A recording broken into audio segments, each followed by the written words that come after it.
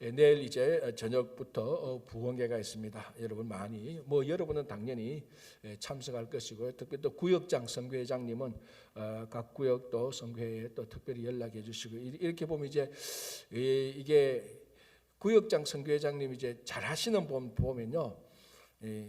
지금 이제 또 구역장 선교회장 리더십 훈련 시간인데 그냥 요즘은 이제 이 커뮤니케이션이 많잖아요. 이메일로 주고 카톡도 주고 여러 가지인데 그냥 카톡을 하나 툭 던지지 마시고 사람들마다 연락하는데 어떤 분은 카톡으로 해도 그렇구나 이렇게 이제 통신이 되는 사람이고 어떤 사람은 카톡으로 해도 안 되는 사람이 있어요. 그런 사람 또 전화를 해야 돼요. 사람이 다 같지 않잖아요. 커뮤니케이션 능력이 다 같지 않다고요. 어떤 사람은 그냥 일주일 전에 주보 광고만 해도 그걸 기억하고 그 광고대로 그 공고대로 움직이는데 어떤 분은 한 달 공고에도 그게 공고 났는지 모르는 분도 있어요. 사람마다 다 달라요. 그러니까 구역장 선교회장님 보고 그렇다고 그 사람이 나쁘다 악하다 그런 게 아니고 커뮤니케이션 그 공감력이 좀 떨어지는 사람들이 있습니다. 그리고 그분들은 우리 구역에 우리 선교회 이분은 이 카톡 하나 해가지고 안 된다. 다시 또 전화를 해야 돼요. 그게 이제 분별력 있는 리더십입니다. 그냥 카톡 하나 툭 던지고 나 연락 다 했는데 당연히 연락 다 했죠. 그러나 어떤 분한테는 연락은 했는데 공감이 안 되잖아요. 그래서 여러분들 구역장 선교회장님들 착 보고 연락 쫙 하시고 어떤 분은 전화하시고 또 시간이 남으시면 찾아가서 방문도 하시고 그렇게 해주시면은 좋은 이제 리더십을 가진 구역장 선교회장님이 될 겁니다. 자, 내일 하여튼 그 저녁 때 많이 오시고요. 자, 골로새서 2장 어제 앞부분을 약간 봤습니다. 약간 봤는데 뭔가 하면은 바울이 이 골로새 교회 교인들을 만나서 그 전에 만나서 교제하고 이런 사람들이 이런 교회와 교인들이 아니었습니다. 이 골로새 교회는 바울이 개척한 교회가 아니었죠. 에바브라가 개척하고 에바브라가 교육했던 그런 교회입니다. 그럼에도 불구하고 바울이 에바브라를 알고 골로새 교회를 알고 얼굴도 모르는 그 사람들을 위해서 전심으로 기도해주고 이렇게 편지를 보냈다는 겁니다. 자, 이렇게 편지를 보낸 이유는 그 골로새 교회 안에 그 혼합스러웠잖아요. 막 혼란하고 분별이 없고 마치 좀 약간 더 과장해서 말하자면은 태초 이전의 공허함, 혼돈 같은 그런 상황이었습니다. 자, 그게 이제 사도 바울이 편지를 쓰면서 이것을 잡아줄 수 있는 것은 가장 유일한 해결책은 예수 그리스도다. 그래서 1장에서 예수 그리스도의 그 깊은 높고 넓은 진리를 얘기했고, 자 그러면서 이제 사도 바울이 구체적으로 이 골로새 교회 교인들을 내가 너희를 위해서 얼마나 애썼는지 알아줬으면 좋겠다. 이건 자기를 알아달라는 차원이 아니고 이런 부분에 있어서 너희들이 잘 중심을 잡아라는 것이 2장 2절에 네 가지를 했죠. 어제도 얘기한 첫 번째는 내가 너희들에게 마음의 위안을 주고 싶다. 이 편지를 써서 너희들 막 교회가 혼란스러우니까 좀 마음의 위안을 받아라. 그리고 두 번째가 사랑 안에서 연합해라. 흔들리지 말라. 이단들이 와서 거짓말하는 사람들이 와서 거짓 교사들이 와서 막 흔들고 악한 소리라도 흔들리지 말고 사랑 가운데서 연합해라라는 것이고, 세 번째가 확실한 이해의 모든 풍성함. 요 이해라는 말이 무슨 말이라고요? 분별이라 그랬습니다. 분별. 특히 골로새 교회에서는 분별은 굉장히 중요한 단어입니다. 다른 데도 중요하지만 왜냐하면 골로새 교회는 분별할 줄 알아야 됩니다. 유대 할례파들, 유대 율법주의자들이 있었고 이방 종교들도 있었고 이단을 포함한 이방 종교들도 있었고 영지주의들도 있었고 또 거짓 교사들도 있었고, 그러니까 이게 잘 분별해야 전부 다 그럴듯한 말인데 분별해서 이건 거짓이구나, 이건 참진리구나 라는 것을 아는 게 이 골로새 교회에서는 굉장히 중요했죠. 자, 그리고 하나님의 비밀인 그리스도를 깨닫게 하려 함이라. 하나님의 비밀, 우주의 비밀이었죠. 우리 앞에서는 우주의 비밀, 하나님의 비밀. 결국 그리스도를 확실히 알고 그리스도가 누구인지, 그분의 성품과 그분의 사역이, 그리고 이 그리스도와 교회가 어떤 관계인지 그것만 확실히 안다면은 사실 이게 분별력이죠. 사실 하나님의 비밀이 그리스도를 아는 게 분별력입니다. 그죠? 자, 이렇게 이제 어제 우리가 간단히 봤고요. 3절, 그 안에는 지혜와 지식의 모든 보화가 감추어져 있다. 자, 그 안에는 누구 안이죠? 그리스도 안. 예수 그리스도 안에는 지혜와 지식의 모든 보화가 감추어져 있다. 자, 이 골로새 교회나 앞에 봤던 빌립보 교회 이런 교회들은 로마 제국 하에 있었던 교회들입니다. 로마 제국 하에 있었던 교회들은 그 속 알갱이는 이제 문화와 학문이나 이런 건 전부 다 헬라 거잖아요. 그리스 거였습니다. 그러니까 이 그리스나 로마 이쪽에서 굉장히 숭상하는 항목이 뭔가 하면 지혜입니다. 지혜. 그래서 이 지혜를 숭상했기 때문에 지혜와 지식과 지혜를 숭상했기 때문에 이 그리스에는 철학이 많이 발전했고, 철학이 많이 발전한 사람들이 또 제일 중요하게 보니까 누가 지식이 있느냐, 얼마나 지혜가 있느냐, 그런 것을 굉장히 중요한 덕목으로 생각을 했죠. 자, 그런데 그 지혜와 지식의 모든 보화가 플라톤이나 소크라테스 안에 있는 게 아니고 사도 바울은 말입니다. 그 안, 예수 그리스도 안에 있다는 겁니다. 이건 오늘날도 동일한 것입니다. 오늘날도 뭐 온갖 첨단 과학 문명이 다 오고, 그러니까 오늘날 우리가 살고 있는 이 시대의 복잡하고 혼란스러운 것은 뭐 2000년 전 어떤 시대보다 훨씬 더 혼란스럽죠. 왜냐하면 또 우리가 듣는 것들, 인포메이션이 어마어마하게 많잖아요. 어마어마하게 많습니다. 지금 뭐 마음만 먹으면은 하루에 듣는 인포메이션이 옛날에 10년 듣는 것 이상의 인포메이션을 들을 수 있다고. 그렇죠? 옛날에는요, 하루 종일 있어도 아니 한 달 내에 있어도 새롭게 듣는 인포메이션이 없어요. 몇 개월 있어도 새롭게 듣는 인포메이션이 없습니다. 오늘은 요즘은 10분만 있어도 커뮤니케이션을 통하면 뭐 인포메이션이 뭐 어마어마하게 넘치는 겁니다. 자, 이런 시대에 모든 이런 시대, 오늘 같은 이런 시대에도 여전히 그 지혜와 지식의 원천은 예수 그리스도라는 겁니다. 예수 그리스도 외에는 아무것도 없는 겁니다. 그래서 사도 바울이 그 혼란스러운 골로새 교회에 계속해서 강조합니다. 예수 그리스도가 우리의 지혜고 예수 그리스도를 아는 것이 우리의 분별이다. 이것만 안다면은 거짓 교사들이, 이단들이, 뭐 다른 종교들이 와서 무슨 소리를 해도 흔들리지 않는다는 거예요. 자, 4절, 내가 이것을 말하면, 자, 이것을 말하는 건 뭡니까? 2절, 3절, 특별히 3절입니다. 예수 그리스도 안에 지혜와 지식의 모든 보화가 감추어져 있다. 이것을 말하는 이유는, 자, 4절에 내가 이것을 말하면, 이런 것을 말하는 이유는 아무도 교묘한 말로 너희를 속이지 못하게 하려 함이니.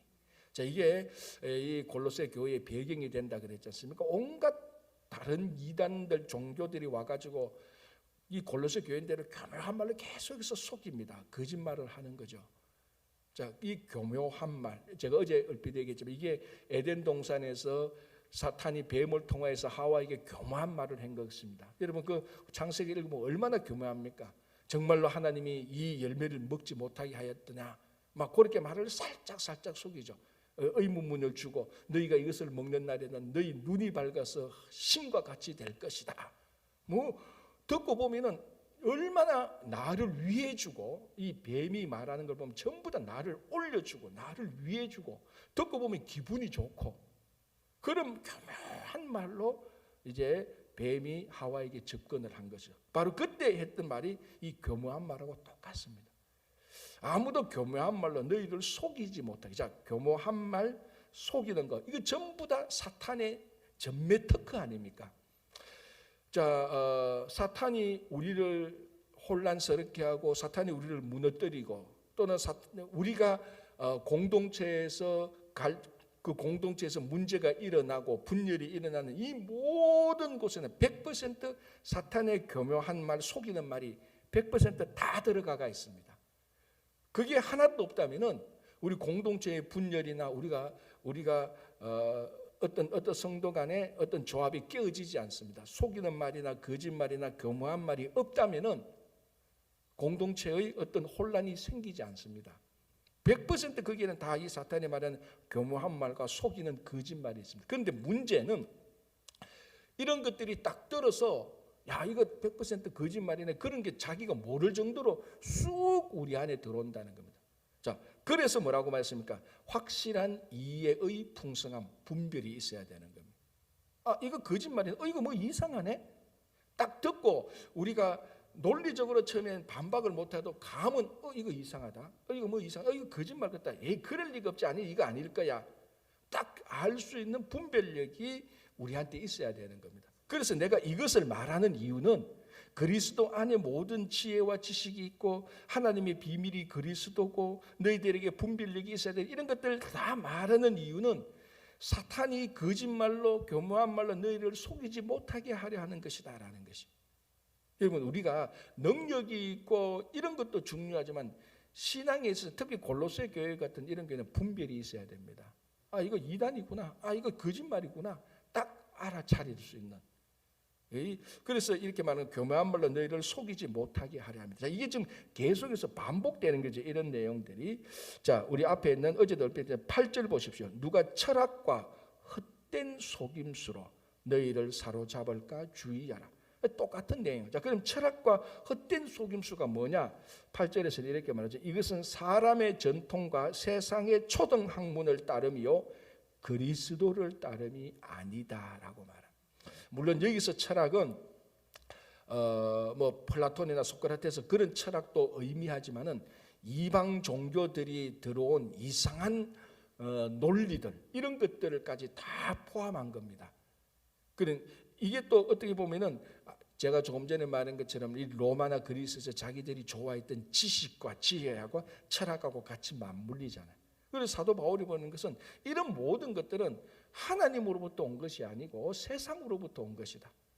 여기에 너희들이 사로잡히지 마라. 철학과 헛된 속임수로 너희를 사로잡히지 마라. 그래서 우리가 약간 우스갯소리로 우리가 신학교 다닐 때 이제 공부하기 싫으면 이제 이렇게 얘기하는 거죠. 저 또 교수님 또 철학과 헛된 속임수를 하는구나. 우리는 저런 데 사로잡히면 안 돼. 이제 공부하기 싫을 때 이제 이런 걸로 이제 비꼬면서 우리가 이제 그렇게 얘기했던 적이 있습니다. 아, 우리는 이런 데 사로잡히면 안 돼. 아, 우리는 그래서 이런 것들을 좀 철학하고 학문을 좀 멀리 해야 돼. 이 학생이 이제 공부하기 싫어가지고 그렇게 이제 비꼬아서 했던 적도 있었습니다. 그만큼 이런 철학과 헛된 속임수는 하늘로부터 온 게 아니다. 땅에서 난 것이다. 그래서 너희들이 이런 데 사로잡히지 말라라고 얘기하는데요. 자, 5절을 보시기 바랍니다. 중요한 단어가 하나 나오는데요. 5절. 이는 내가 육신으로는 떠나 있으나 심령으로는 너희와 함께 있어 너희가 질서 있게 행함과 그리스도를 믿는 너희 믿음이 굳건한 것을 기쁘게 봄이라. 어느 단어가 중요한가 하면 질서라는 단어입니다. 자, 이 단어가 우리가 미국 와서 사람들 많으면 줄 서시오. 이제 우리가 이건 질서라고 말하지 않습니까? 여러분, 우리는 장로교입니다. 전통적으로 장로교의 교회론, 그러니까 장로교의 교회에서 가장 중요하게 여기는 단어가 질서입니다. 질서. 저도 처음에 이 공부를 할 때 신학교하고 다 신학교에서 공부하고 목사 고시칠 때 이제 뭐 장로교는 어떻고 침례교는 어떻고 이렇게 쭉쭉 나오지 않습니까?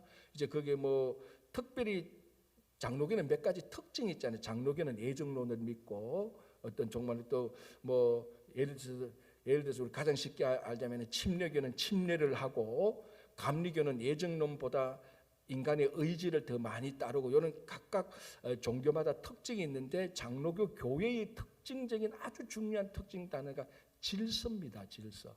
저는 처음에 이 공부할 때 아니 우리 신앙적으로 얼마나 중요한 단어들이 많은데 질서가 그렇게 교회에서 중요하냐? 제가 진짜 퀘스천을 했던 적이 있습니다. 질서 이거 뭐 우리가 밖에 없어 줄 서고 우리가 교양이 있으면 다 하는 거 아니냐? 그래도 대학 나오고 한 사람이면 아니 대학은 안 나오더라도 사람이 상식이 있으면 다 질서를 지키는 거 아니야. 그게 뭐 교회에서 그렇게 중요한 거라고 생각을 했었습니다. 그런데 이게 목회를 하고 성경을 보니까 여기서 질서라는 말이 제가 생각했던 그런 차원의 질서가 아니라는 거예요. 자, 여러분 이 우주의 질서를 잡은 사람이 누굽니까? 하나님. 무엇으로? 말씀으로. 예, 맞습니다.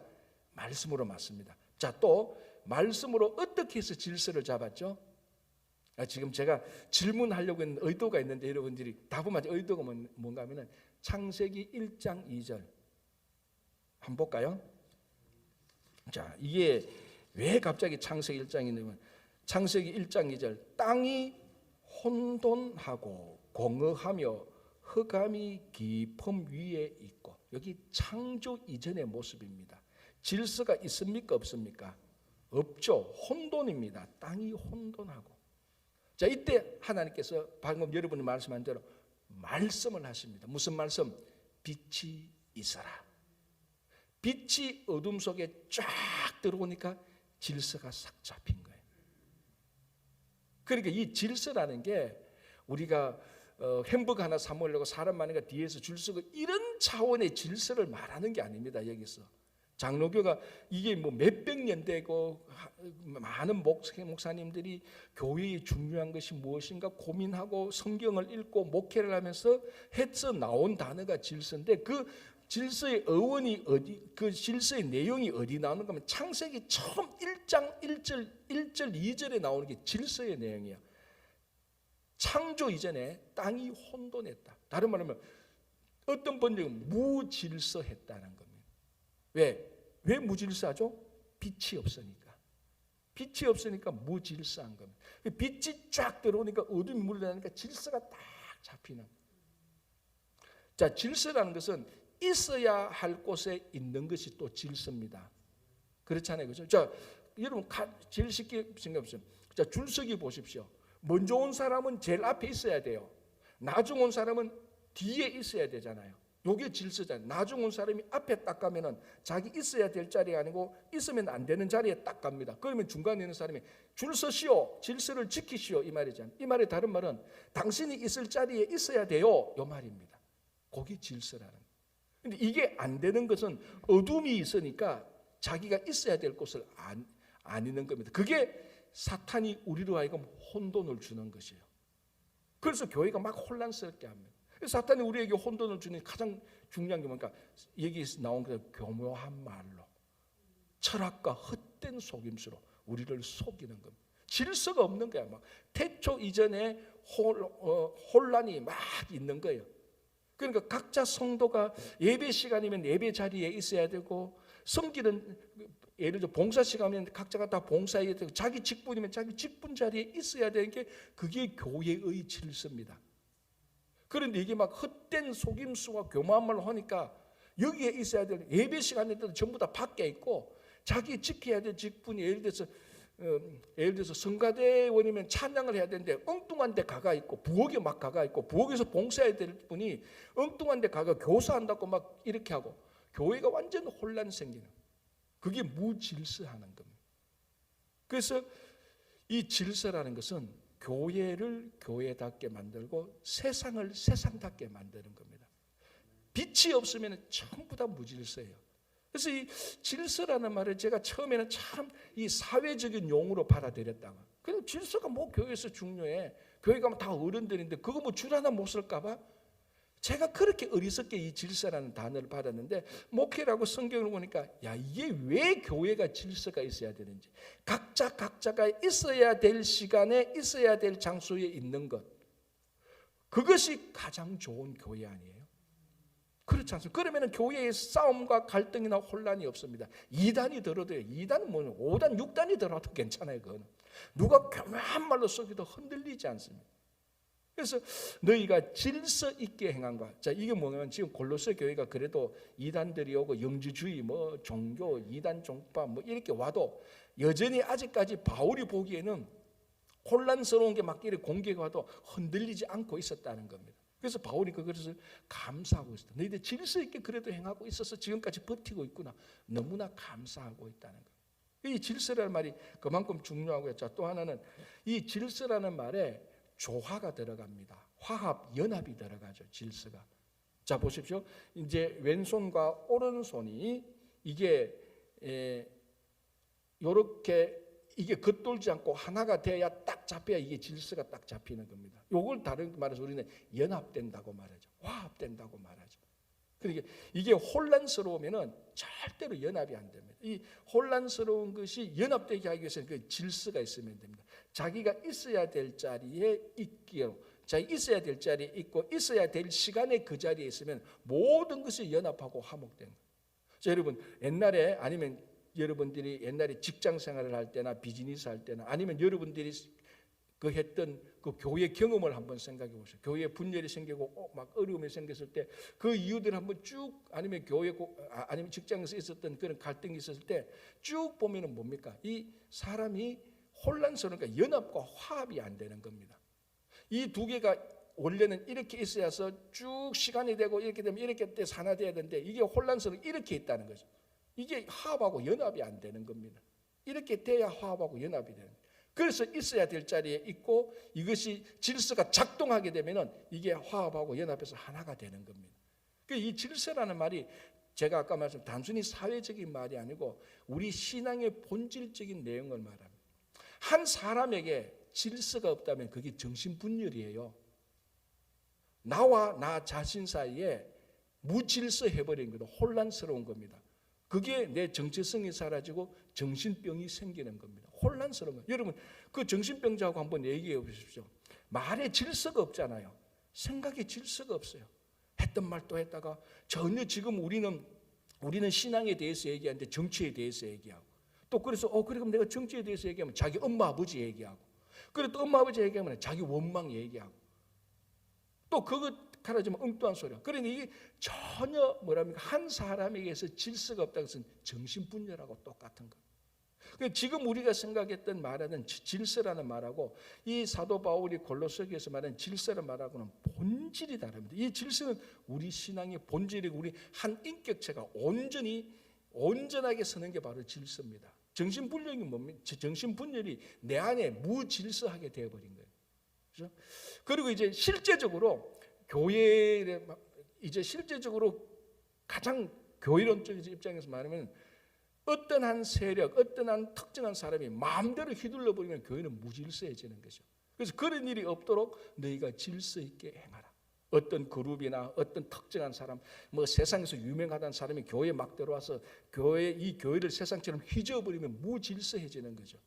그렇게 위해서도 질서 있게 행하라는 거예요. 이 교회에서 그래서 우리 장로교 교회는 교회론의 중요한 단어가 질서를 유지하는 겁니다. 이 사회적인 단어가 아니라 이 신앙의 본질이 들어가 있는. 그래서 바울이 너희가 질서 있게 행했던 것을 감사하다. 그렇기 때문에 이런 혼란스러운 상황에서도 교회가 지금까지 있지 않느냐라고 바울이 감사를 드리는 겁니다. 그리고 기뻐하는 거죠. 자, 그다음에 그리스도를 믿는 너희 믿음이 굳건한 것을 기쁘게 본다. 이런 이제 교회가 공동적으로 질서 있게 행하고 각자 한 사람 한 사람이 그리스도를 믿는 너희 믿음, 그리스도를 믿는 우리가 앞에서 계속해서 바울이 그리스도가 얼마나 존귀한 분인지 고결한 분인지 바울이 증명을 했습니다. 그걸 그래도 너희들이 그것을 믿는 믿음 안에 있으니 지금 이렇게 혼란스러워 흔들리지 않는구나. 내가 그거 너무나 기쁘다라고 바울이 감사 내용을 얘기하는 겁니다. 자, 6절 그러므로 자 이런 것이 너희가 그리스도 예수를 주로 받았으니 자 이제 주로 받으라는 거 이미 받았습니다. 이제 그 그리스도를 주로 믿고 신앙생활을 하는 겁니다. 너희가 그리스도 예수를 주로 받았으니 그 안에서 행하되 그 안에 뿌리를 박으며 세움을 받아. 여기에 여러분 뿌리를 박으며 세움을 받아 밑줄을 끊어오시기 바랍니다. 자 나무를 생각해 보십시오. 나무가 뿌리를 내리려면 첫 번째 그 한 자리에 오래 있어야 됩니다. 천하 없어도 나무를 자꾸 옮겨 심으면 그곳에 뿌리를 못 내립니다. 뿌리를 내린다는 것은 그곳에 오래 있어야 됩니다. 그리스도 안에 뿌리를 내려라 그럽니다. 그리스도 안에 오래 있어야 돼요. 이게 이제 그래서 신앙의 경력이 중요하다는 이유가 여기도 있는 겁니다. 물론 예수를 30년, 40년, 50년 믿었다고 해서 다 그리스도 안에 뿌리를 내리는 건 아니에요. 그러나 50년, 60년 이렇게 신앙생활을 오래 하면은 그리스도 안에서 뿌리를 내릴 가능성이 훨씬 더 많은 사람들입니다. 이제 갓 예수를 믿고 1년, 2년 예수를 믿은 사람하고 그래도 30년, 40년 예수를 믿은 사람하고 누가 그리스도 안에 뿌리를 내릴 가능성이 더 많습니까? 신앙이 오래된 사람의 뿌리를 내릴 가능성이 더 많죠. 그러나 not always 모두가 다 그렇다는 건 아니지만 그래도 이게 이런 30년, 40년 된 사람이 그리스도 안에 뿌리를 낼 가능성이 많죠. 그러니까 뿌리를 내는 것은 그곳에 오래 머물러 있어야 되는 겁니다. 또 하나 오래 머물러 있다고 해서 든든한 뿌리를 내리는 것은 아니더라고요. 제가 보니. 전번에 어떤 신문에서 이런 걸 봤습니다. 이 한국 사람이 썼는 건데 굉장히 제가 중요하게 봤습니다. 우리 여기 가끔 이제 9월달 이래 되면 태풍이 오잖아요. 태풍이 오면은 그 주택가에 나무가 뿌리채 확 박힘, 그 뽑히는 이런 경우가 있습니다. 몇 분이 하는데 그때도 한 4년 전인가 주택가에 근데 큰 나무인데 바람이 불고 하니까 이게 뿌리채 넘어졌더라고요. 그런데 그 뿌리가 나오는 거죠. 그래 이분이 말하기를 아니 어떻게 이렇게 큰 나무에 이 큰 나무가 뿌리채 뽑히는가? 자기가 나름대로 연구를 했던 아니 이런 나무가 이런 태풍에 무너져? 그런데 보니까 뭔가 하면은 그 나무는 주택가에서 그 주택가는 이제 가뭄이 좀 들면은 물을 다 주는 게 좋은 주택가예요. 고급 주택가예요. 그러니까 여름이 돼서 비가 좀 들어오면은 아침 저녁으로 그 스프링클러에서 그 나무에 물을 다 주고 그러니까 때마다 부족한 거는 부족함이 없도록 다 주는 겁니다. 그러니까 나무를 사람으로 치자면은 시련이 닥치면은 다 필요한 게 다 공급돼요. 이 나무가 알아서 물이 모자라니까 뿌리가 물을 찾기 위해서 땅속 깊이 갈 이유가 있습니까? 없습니까? 깊이 갈 이유가 없는 거예요. 왜냐하면 좀 가뭄이 들면은 관리하는 사람이 물 다 주니까 이 뿌리가 땅속 깊이 들어가서 물을 찾을 이유가 없어요. 그래 큰 나무인데 뿌리채 뽑혔는데 보니까 뿌리가 요만큼밖에 안 되는 거예요. 제가 그 사진을 봤어요. 보통 통째가 되면 뿌리가 아주 먼데 왜 뿌리가 그렇게 오래 못 간 이유는 뭡니까? 뿌리를 내릴 이유가 없죠. 깊이 내릴 이유가 없는 거예요. 가물면은 매니저가 물 다 주니까. 그런데 가물고 비가 안 오는 저 야성에 있는 나무들 보십시오. 몸통은 요만한데 한번 뽑으려고 해보십시오. 안 뽑혀요. 왜? 뿌리가 저 깊이까지 파였어요. 왜 뿌리가 그 깊이까지 저 땅속 깊이 갑니까? 물이 없으니까 물 찾으려고 뿌리가 깊이 가는. 그러니까 자동적으로 뿌리가 깊이 박히는 겁니다. 무슨 말인가 하면 시련이 닥치고 환란이 닥치는 것을 견뎌내는 그 나무는 그곳에서 뿌리가 깊이 박히는 겁니다. 좀 시련이 닥치는 뿌리 옮기면요 뿌리가 없는 건 아니지만 뿌리가 굉장히 약합니다. 우리가 그리스도 안에서 뿌리를 내리라는 것은 사람이 무슨 말을 해도 그리스도만이 우리의 구주라고 해서 계속 그때마다 예수 그리스도를 더 묵상하는 거예요. 더 그리스도에게 가까이 나가는 겁니다. 내가 어렵고 힘들 때 다른 데 가지 않고 그때도 그리스도 안에 오고 누가 유혹하고 거짓말로 속일 때 야 진리가 뭐 교회밖에 없냐 다른 데도 있다 그럴 때마다 또 예수 그리스도 앞에 오는 거예요. 또 교회에 오는 거예요. 그러니까 바람이 불고 유혹하고 핍박이 오도 계속 그리스도 안에 머물러 있으니까 뿌리가 깊이 내려가는 거예요. 그게 우리가 다른 말로 성숙한 성도라고 말하는 거예요. 자, 지금 이 상황이 어떻습니까? 골로새 교회가 막 이런 이단 저런 이단 유대 율법자들이 막 태풍이 불고 바람이 불고 박해가 옵니다. 바울이 뭐라면 너희가 그리스도를 주로 받았잖아. 그 안에 뿌리를 깊이 내리라. 뽑히지 않는다. 바람이 좀 불면 약간 뭐 이쪽으로 약간 휘청할 수는 있겠죠. 태풍이 불면. 그러나 아까 주택가에 있었던 뿌리가 얕은 나무는 휘청할 때 뿌리가 확 뽑힙니다. 덩치는 이만한데 몸통은. 그런데 광야에 있는 이 나무는 몸통은 이만한데 뿌리는 막 저까지 있는 거예요. 몸통은 이만한데 뿌리는 요거밖에 안 돼. 바람이 불면 금방 넘어지죠. 그래서 우리가 그리스도 안에 뿌리를 박는다. 뿌리를 깊이 박고 세움을 받는다. 바람이 불고 환란이 오고 유혹이 와도 그때마다 계속해서 그리스도 앞에 나가는 겁니다. 그게 그리스도 안에서 뿌리를 내리는 겁니다. 누가 이러면 획가닥하고 저러면 획가닥하고 그러면 뿌리를 못 내리는 거죠. 그래서 이 골로새 교회 교인들이 그리스도 안에서 뿌리를 박으며 세움을 받아 교훈을 받은 대로 믿음에 굳게 서서 같은 맥락이 흔들리지만 그런 맥락이죠. 믿음에 굳게 서서 감사함을 넘치게 하라. 자, 이 넘친다라는 말 여기서 풍성하다, 넘친다 이런 말이 많이 나오는데 이거는 적당히 아니고 가득히 채우라는 거죠, 그죠? 우리가 그리스도 안에 뿌리를 받고 그리스도의 교훈을 받으면은 감사함이 적당히 있는 것이고 늘 차고 넘치는 겁니다. 자, 8절 누가 철학과 헛된 속임수로 너희를 사로잡을까 주의하라. 이것은 사람의 전통과 세상의 초등 학문을 따름이요 그리스도를 따름이 아니다. 아까 앞에서 말했죠. 자, 9절 그 안에는 신성의 모든 충만이 육체로 거하시고 그 안 예수 그리스도 안에 신성이 육체로 거한다. 성육신 사건이죠. 자, 갑자기 왜 이야기가 툭 튀어나오면 이게 좀 갑자기 좀 앞뒤가 안 맞는 말 같기도 한데 어쨌든 예수 그리스도 안 맞는 말 같기도 한데 어쨌든 예수 그리스도 안에 신성이 충만한데 이 충만한 것이 육체로 나타났다. 성육신이죠. 자, 이게 왜 중요합니까? 여기서 아까 제가 처음부터 계속했죠. 여기에 골로새 교회를 혼란하게 했던 한 부류가 영지주의자들입니다. 영지주의자들 여러분 많이 들었다시피 영지주의자들은 우리의 육신을 완전히 무시해버려 육신을 죄악시한 겁니다. 우리가 예수를 믿으며 육신적인 생각은 나쁜 겁니다. 우리가 말해 육신적인 생각은 쉽게 말하면 세상적이고 쾌락적인 그런 것을 말할 때 육신적인 생각이지 우리의 육신은 절대로 나쁜 게 아닙니다. 우리 육신도 누가 주신 것입니까? 하나님이 우리에게 주신 것입니다. 그래서 우리가 육신적인 생각, 육신적인 삶이라고 말할 때 육신이란 말이 들어가기 때문에 육신에 대해서 부정적으로 생각하는데 육신은 우리가 절대로 부정적으로 생각해서는 안 됩니다. 우리가 이 육신이 없으면 뭐합니까? 아무것도 아니에요. 사람이 아니에요. 육신이 없으면 사람이 아니에요, 여러분.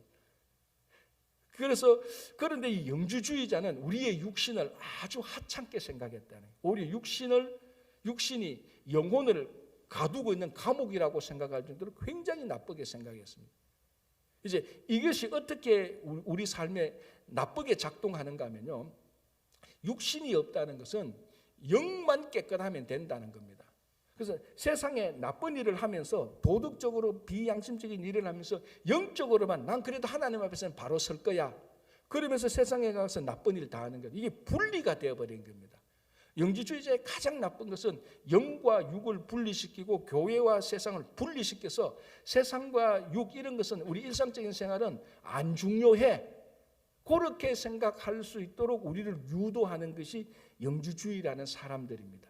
육신은 나쁘니까 세상은 나쁘니까 우리 일상적인 삶은 의미가 없는 거예요.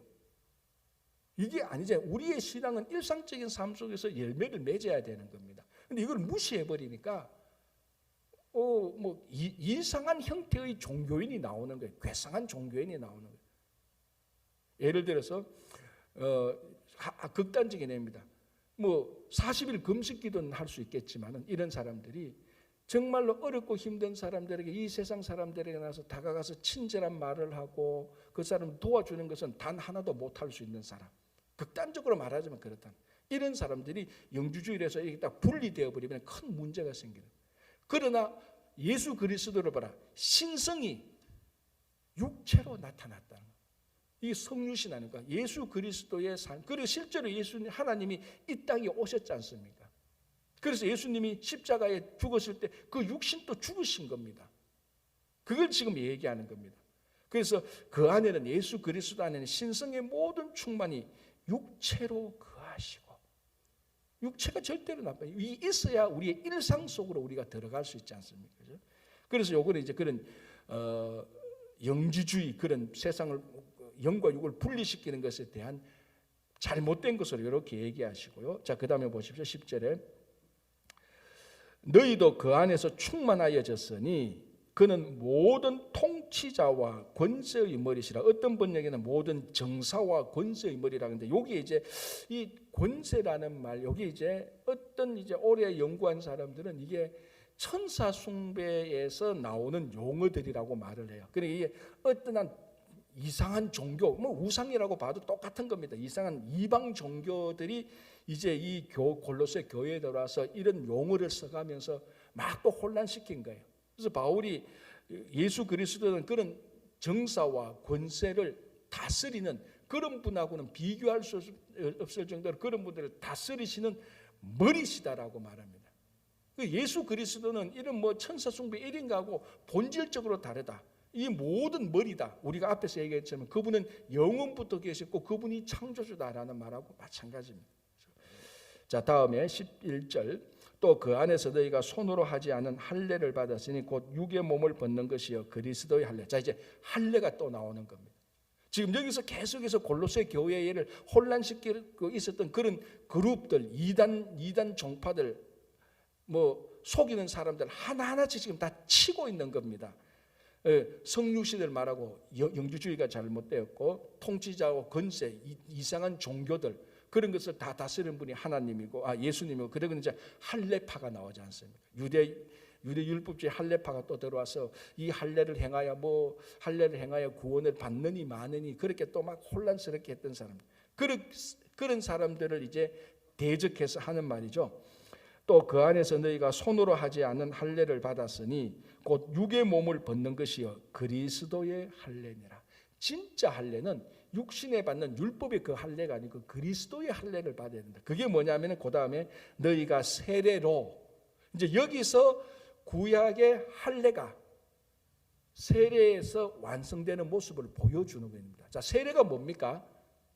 옛 사람이 죽고 새로운 사람으로 거듭나는 신앙의 결단을 물에 들어갔다가 나옴으로 표시하는 거잖아요. 그래서 이것을 사실은 엄밀히 말하면 세례가 아니고 침례가 맞습니다. 엄밀히 말하면. 왜? 이 신약 성경 때는 침례하는 형식을 통한 게 맞아요. 그거는 인정하죠. 그러나 그런 형식보다는 의미가 중요하니까 우리는 세례식을 하는 것이죠. 이 세례식의 의미는 뭡니까? 이제 나의 과거는 죽었다. 세상적인 삶은 죽었고 이제는 앞으로 어디에 사든지 무슨 일을 하든지 그리스도와 함께 산다. 그러니까 옛날에 나는 죽고 새로운 나로 거듭나는 겁니다. 이게 세례 아닙니까? 이게 이제 그 앞에서 말하는 또 부활과 같이 연관시켜서 얘기를 하는 겁니다. 이것이 진짜 율법에서 말하는 할례다. 이게 진짜 할례다. 그러니까 할례를 통하여서 우리 마음이 새로워지고 하나님의 말씀을 받고 새 언약에 거하게 되고, 그게 진짜 구약에서 말하는 율법의 할례인데, 이 골로새 교회에 들어온 할례파들은 그런 거는 전혀 모르고 육신의 할례, 율법의 할례만 계속해서 주장하는데 그건 다 헛것이다. 이제 우리는 그리스도의 할례, 세례를 받은 사람이 아니냐.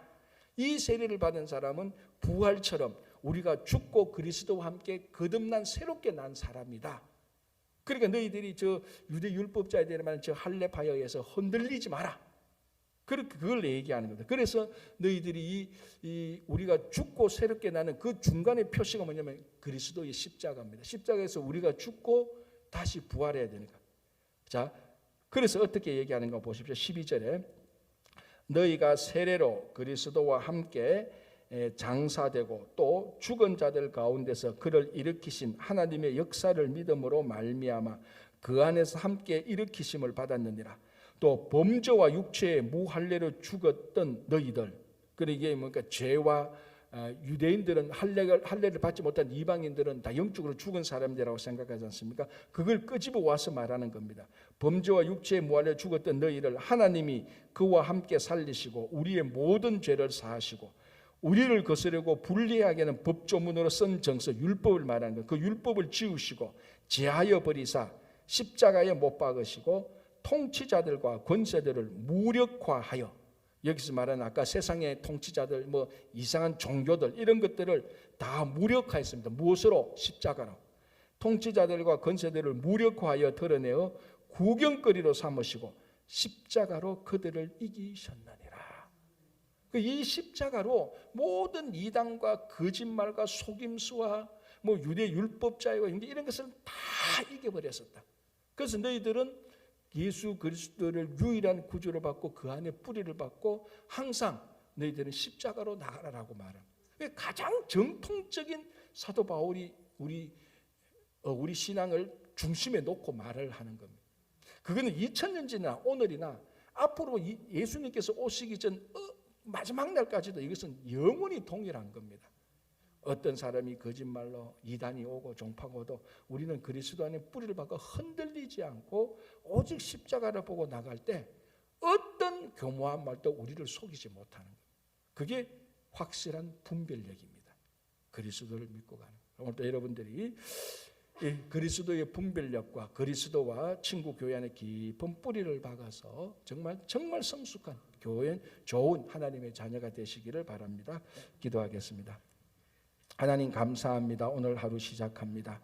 주님, 오늘 또 하루 살아가는 것만큼 그리스도 안에 깊은 뿌리를 내릴 수 있도록 인도하여 주시고, 오늘 또 우리가 어디서 무엇을 하든지 일상 속에서 들어가서도 예수 그리스도를 우리의 구주로 고백하고 확실한 분별력으로 살아갈 수 있도록 도와주시옵소서. 이제 내일 저녁부터 금, 토, 일 3일 동안 귀한 목사님 모시고 말씀 잔치 부흥회를 하게 됩니다. 이번 또 부흥회에 참여해서 흔들렸고 혼란스러웠던 우리들의 삶이 신앙이 이번 또 부흥회를 통하여서 말씀을 통하여서 정말 중심에 예수 그리스도의 뿌리를 내릴 수 있도록 인도하여 주시옵소서. 많은 성도들 함께 참여해서 은혜를 받을 수 있도록 도와주시고 또 아마존 선교 이제 잘 준비하여서 잘 사역 감당할 수 있도록 은혜와 자비를 베풀어 주시고 우리 가운데 몸이 연약하고 아픈 자들 우리 자녀들 주님께서 또 날마다 가장 선한 곳으로 그리고 치유로 인도하여 주시옵소서. 감사하고 믿으며 예수님 이름으로 기도합니다. 아멘.